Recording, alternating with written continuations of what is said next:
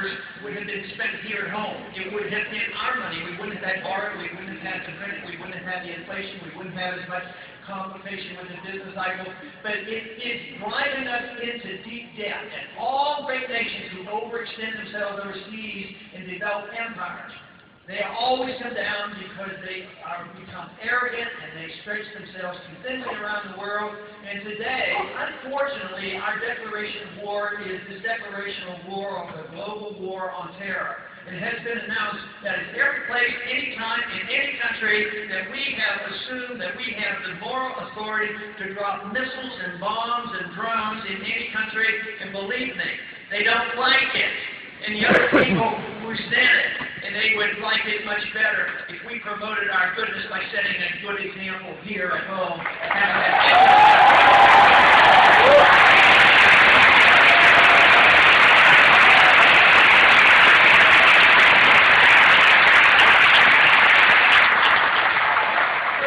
One thing about the military, we don't have to worry about any other country ever invading us and attacking us. We are by far the strongest ever in the history of the world.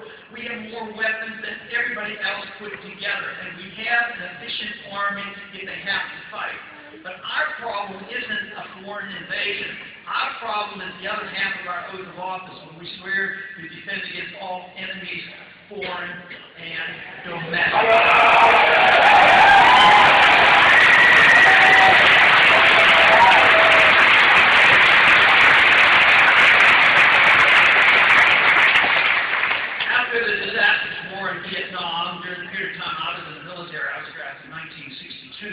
During the Cuban crisis, it was in for 5 years. But after the war finally ended in Vietnam, and obviously without victory for us, after losing 60,000 Americans, over 1 million Vietnamese who died, and how many wounded we have, and all the money we spent, which ushered in a whole decade of economic crisis in the 70s. But shortly after the war ended, a colonel for us, an American colonel by the name of Harry Summers, met with a Colonel Tu, who is Vietnamese. And they got together and they were talking and they were singing off the mess, and these are the rules, and we're leaving, this sort of thing.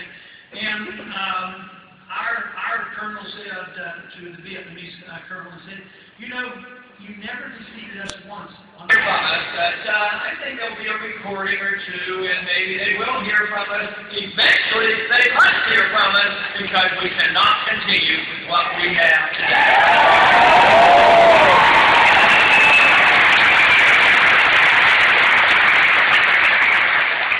I think this is why the country is so different from 4 years ago. We were in a campaign 4 years ago. Hey, welcome back guys, this is Matt Larson 10, and that video that you just watched were 2 short clips that were sent to me by another great Ron Paul supporter. This is just going to be a little bit of a sneak peek video for you guys. It looks like it is a complete sellout by the pictures in the video, so that means it is another 2,550 Ron Paul supporters crammed into one small area. That's a whole lot of liberty-loving people, guys. It's great news. I'm going to keep this short. Actually, right now when I'm recording it, this rally isn't even complete yet. It's still got about another 25 minutes until it's done. So once the final reports come out and the final numbers are tallied, I will come out with a little bit more of a thorough report. But for now, I hope you guys enjoyed that. Make sure you guys thumbs up this video, share it with friends and family, and let people know Ron Paul is still out there and he is fighting for us. It's time we continue fighting for him. It's Matt Larson 10. Go Ron Paul. Peace.